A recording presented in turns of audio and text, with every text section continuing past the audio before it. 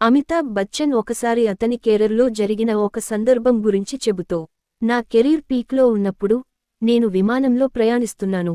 సాదా చొక్కా మరియు ఫాంటులో ఒక సాధారణ, నిరాడంబరమైన, ఒక పెద్దమనిషి నా పక్కన కూర్చున్నాడు. అతను మధ్యతరగతికి చెందిన బాగా చదువుకున్న వ్యక్తిలా కనిపించాడు. అదే ప్లేన్లో ఉన్న ప్రయాణికులు నన్ను గుర్తించి నా చుట్టూ మూగారు. కాని ఈ పెద్దమనిషికి నా గురించి తెలియనట్లు అనిపించింది. అతను నిశ్శబ్దంగా తనలో తానే చదువుకుంటున్నాడు. అప్పుడప్పుడు కిటికీలోంచి చూస్తూ ఉన్నాడు. టీ రాగానే మౌనంగా తాగేశాడు. నేను అతనిని చూసి నవ్వాను. మాట్లాడడానికి ప్రయత్నిస్తున్నాను. నన్ను చూసి మర్యాదగా నవ్వి, హలో అన్నాడు.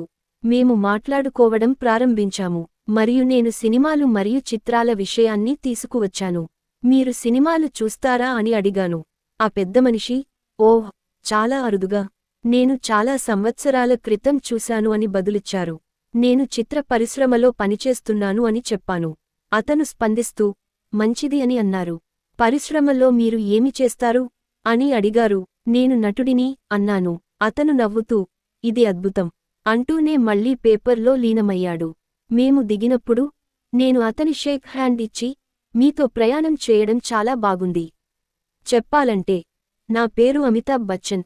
ఆ పెద్దమనిషి చిరునవ్వుతో నా చేయి కలిపి, ధన్యవాదాలు. మిమ్మల్ని కలవడం ఆనందంగా ఉంది. నేను జె.ఆర్.డి.